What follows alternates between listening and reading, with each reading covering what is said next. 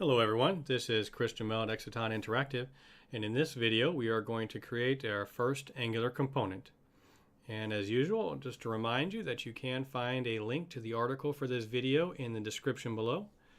We'll also do a couple other notes. From now on, at least in the article, I'm going to assume that you have your IDE open and that the application is running. So in our case, if you're using Visual Studio, again, that's if you go to the debug menu and choose Start Without Debugging, or Control F5 is the shortcut. That will start the web server and open it in a browser. I'm also going to assume that you have at least one console window open at the root of the project. So with that said, we're going to begin. So the first things we're going to do are modify a couple of pages that we have already seen before. So we're going to go into the Pages folder and open up the layout.cshtml file. If you look at just before the closing of the body tag, there's this call to render section, and then that render section is going to look for a section called scripts. If it's found, whatever the content of that section is going to be substituted for this render section call. This allows us to include scripts, in this case scripts from our pages. But if we go up to the head, we'll see that we do not have a similar call to render section for styles. So we're going to fix that by just before the closing head tag, we're going to say at render section. Section will be called styles. And we're going to say required, and we'll say that that's false. So if you say required true, if the section is not present, ASP.NET will throw an exception. So in this case, for both of them, styles and scripts, it is optional, although most likely will be present on most, if not all, of our pages. Next, let's take a look at, just to remind us where we are. So if I refresh, of course, we left this essentially a blank page with Hello World, Test 1 and Test 2 being printed to the console. Having all of these statements in the console window is going to get annoying fairly quickly.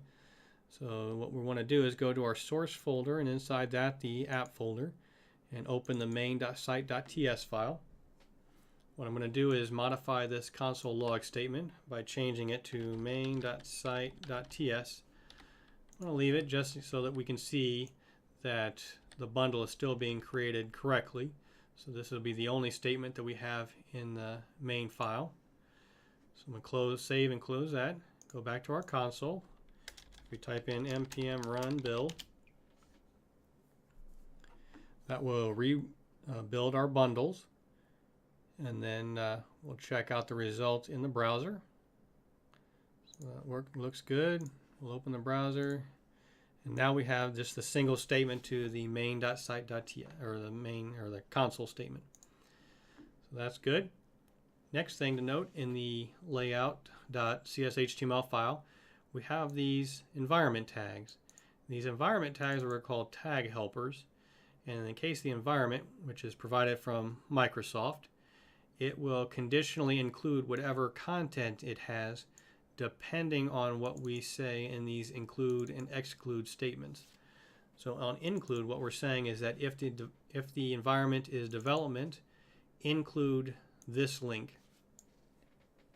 If, on the other hand, the environment is anything else, so excluding development, we will render this link. And we have the same idea down here in the scripts. So if it's a development, we'll put these scripts. If it's not development, these scripts. We are going to want to do basically the same thing in almost all of our pages. So in order to simplify it for us to do that, what we're going to do is return to the Pages folder. I'm going to right click on it, choose Add New Item. I'm going to choose a View Page, and then I'm going to name this underscore section, maybe scripts, and choose Add. So if we look back here, what we need to know is the name of the bundle. Outside of that, everything else is known ahead of time. We know that the CSS is in the CSS folder. We know that bundles end in .bundle.css and .bundle.min.css. So all we need to know is the name of the bundle. So the way that we do that is we go up here and we change this to @lowercase model, and the model is going to be a string. So we will be passed in a string when we render this scripts section. Okay, so the next thing that we want to do is make sure I don't misspell anything, is create a couple variables.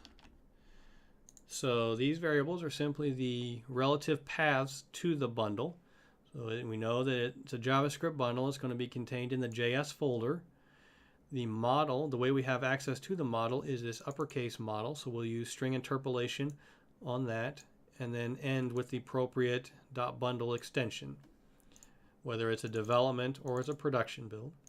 Next, we want to recreate those environment tags. This is again, so we say include development, and what we want to include is a script whose source is equal to, and to get access to the variable we simply use the and say development bundle. So that's the source. When we're dealing with the development build, we'll do the same thing, except we'll say exclude. So if it is a development build, exclude this. Otherwise, we want a script tag whose source is equal to @production build or production bundle. So that will render the environment tags into our page for us for the scripts section. Next, we need to right-click on the page folder, choose Add New Item. Again, a view page, this time named underscore section, and we'll say styles. Choose Add. We've already gone over it, so I'm just going to copy and paste here. So again, this one now is in the CSS folder, and string interpolation on the name or on the model. Again, if it's a development build, use the development bundle. If it's not a development build, use the production bundle.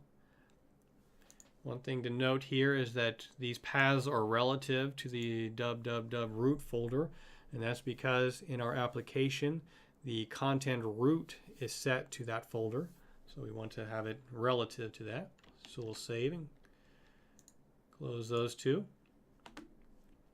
Now the first thing, or the first component, or first thing that we want our users to be able to do is register and log in to our application.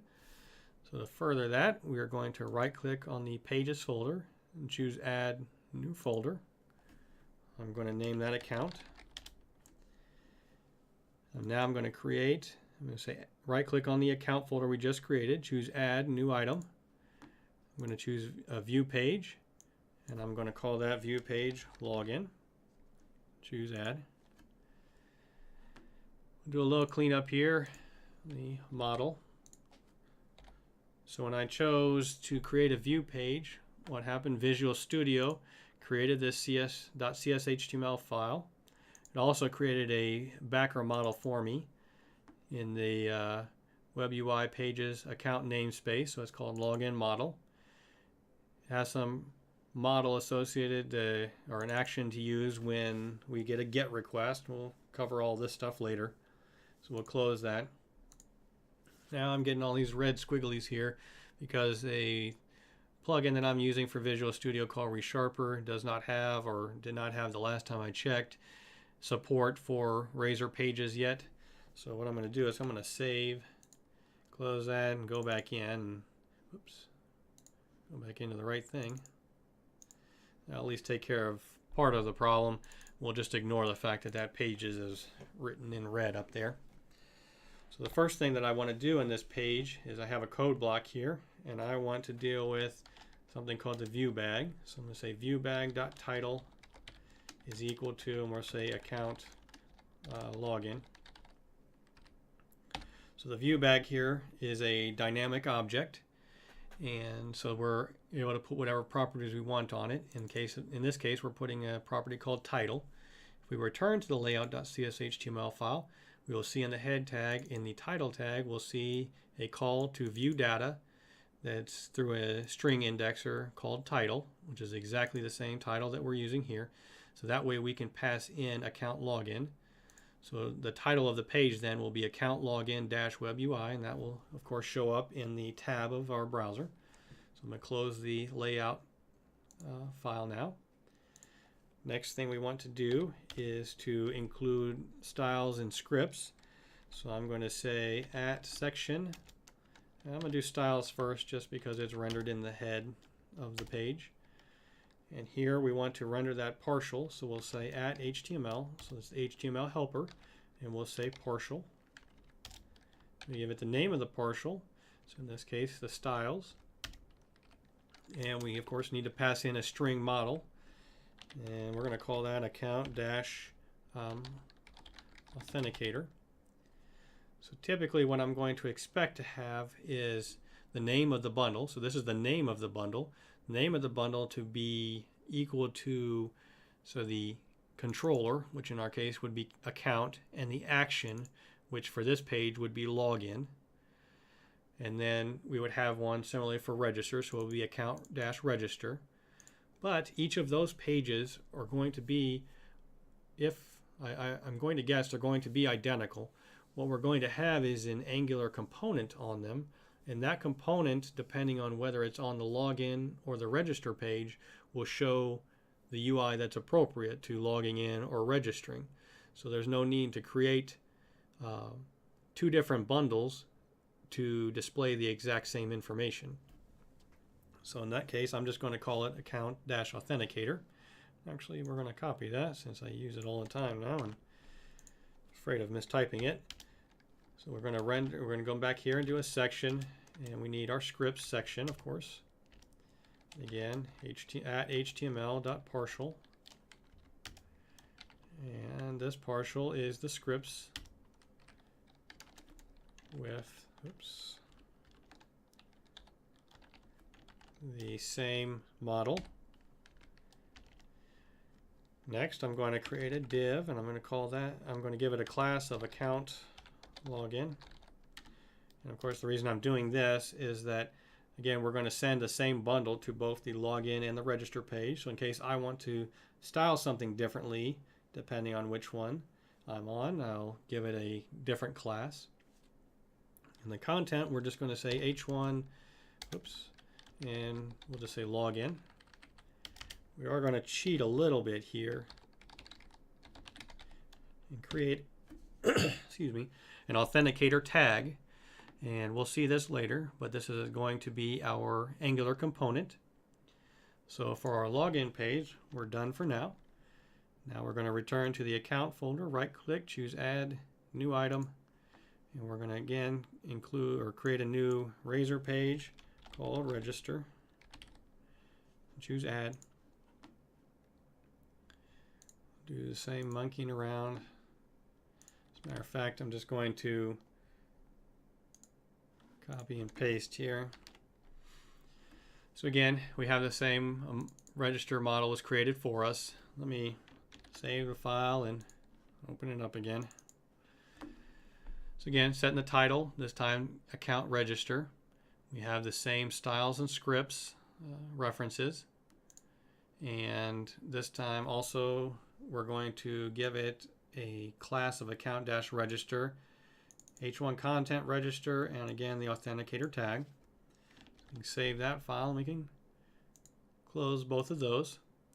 Of course, those files or those pages are going to be looking for bundles that do not exist yet. So to create them, we're going to go back to our webpack.config.js file, open it, and we're going to add a new entry point. Nope, not pasting in that.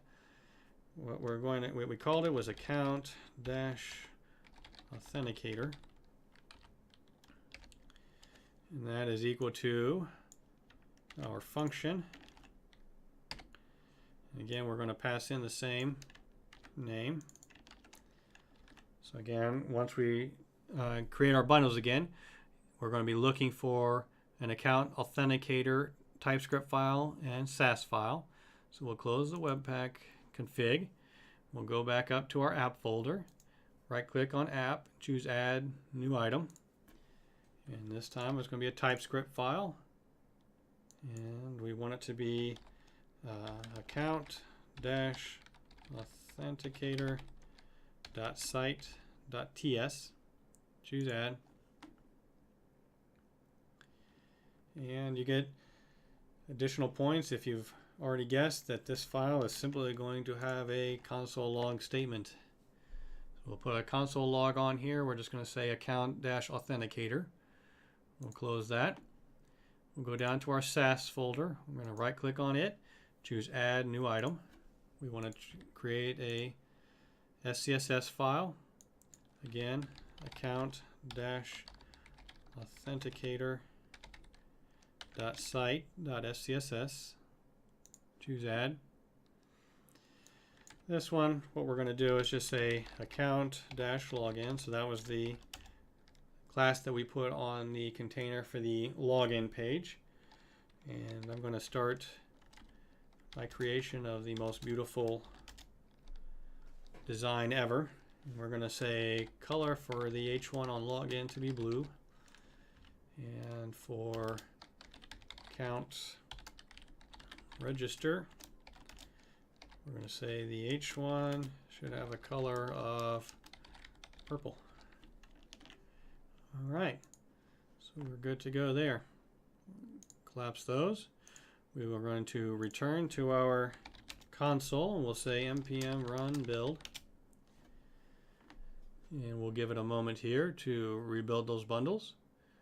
So again, it's going to create now our account-authenticator bundle or bundles. So we have the JS bundle and the CSS bundle.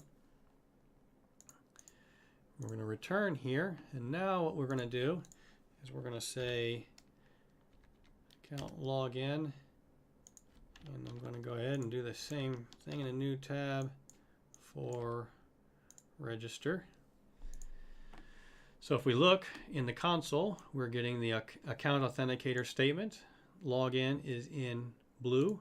If we go to the register page, account authenticator and register is in purple.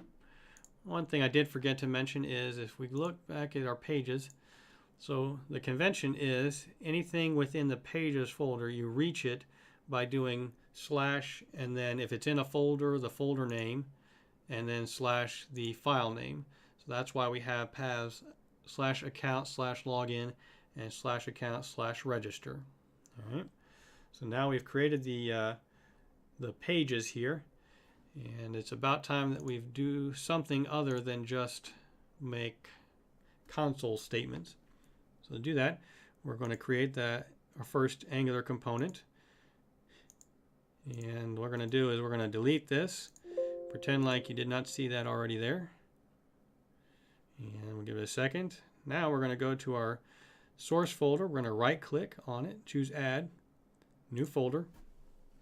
And I'm going to call that folder components. This folder is going to contain any Angular components that we create. We're going to right click on that new folder and choose add and create another folder, and we're going to call that Authenticator. Now inside this folder we need to create 3 files. So we'll right click, choose add, new item. Visual Studio does not have a template for PUG files, so I'll just use the text file. And we're going to call this authenticator.component.pug. I'm going to copy that.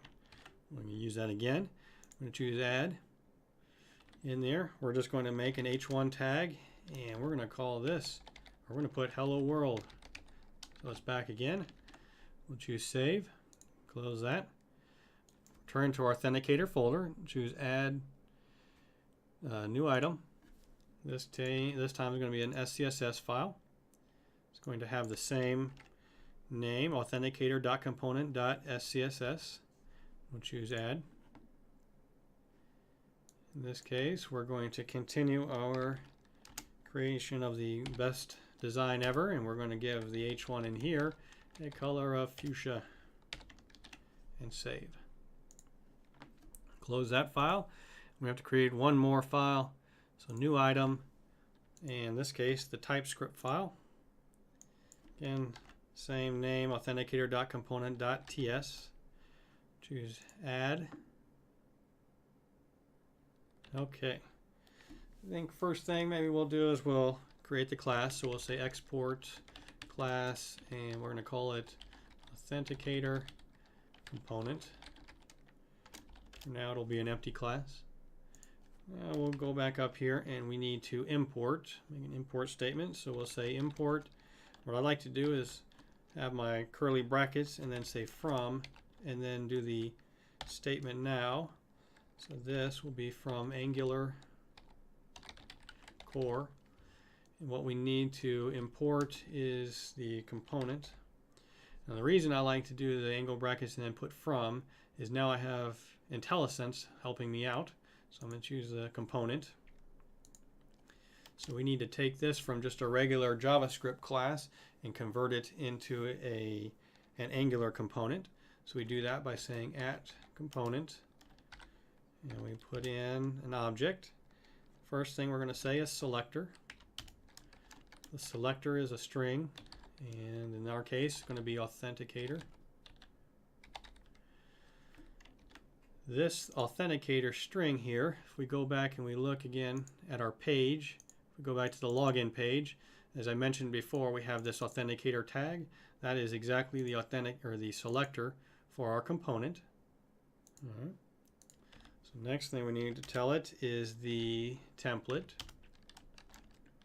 So the way that we're going to get the pug file, which is the template for this component, to be embedded in our bundle is by saying require. So that right there is what will cause Webpack to embed it in our bundle. Now we need to put a path so it's in the same folder as this component. So we'll just do the /, and it is authenticator component.pug. Next we have to give it some styles. The styles is an array. And the same deal inside of it, we're going to say require same /path and SCSS. So this is all we need to minimally create an Angular component here. So we'll close that file. Now what we need to do is to have that reference somewhere within our bundle, and we also need to cause Angular to bootstrap that component. And we're going to do that by returning to our app folder contained in the source folder. Open the account authenticator.site.ts file that we just created. And in here, we're going to create our module. We may do the same thing again. So we'll just say export class, and I think we'll just call it Authenticator module. And it's also going to be just an empty class. Now we'll do a few import statements here. So we'll say import our curly braces from, we need one from Angular core. And that one that we need is ng module. We need to import from, let's see, this one's Angular, and it's at, let's see, platform browser.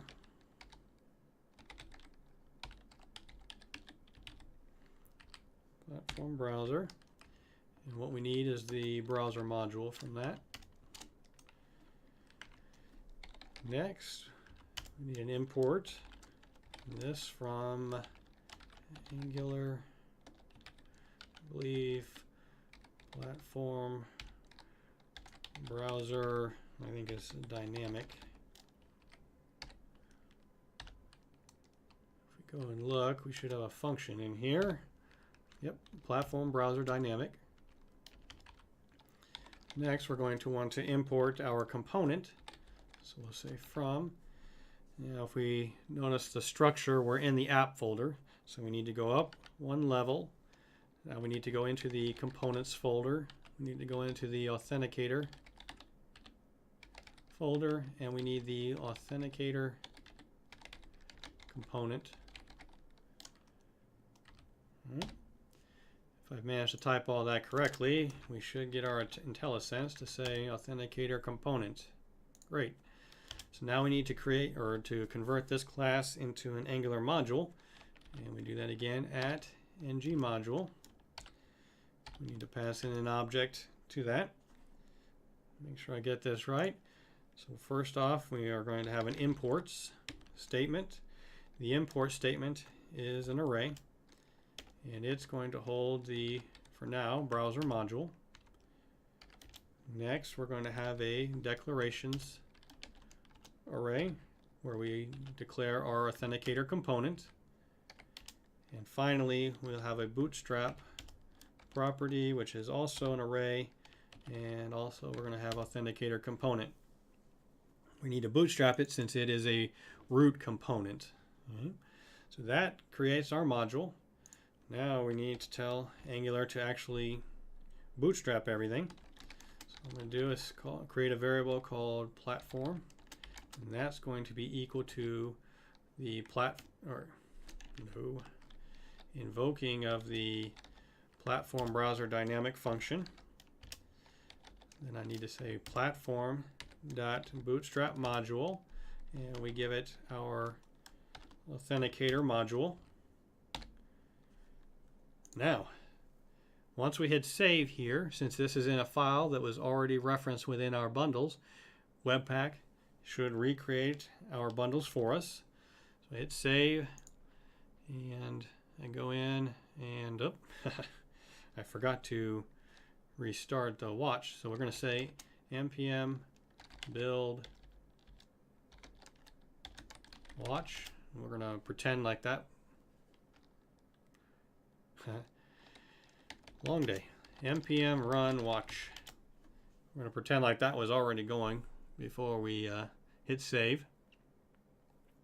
We'll let those build. And I was going to say, oh, look at this error. So I will neither confirm nor deny whether or not I was expecting to see this error when I was doing the testing for this. Neither will I confirm or deny whether I spent 5 to 10 minutes staring at the screen trying to figure out why Webpack could not resolve a file that was clearly present. So let's stop the watch here. We hit Control-C a couple times. We'll go back into Visual Studio. What I'm going to do is it's complaining about the importing of our, actually we'll do it right there. It's complaining about importing of our Authenticator component.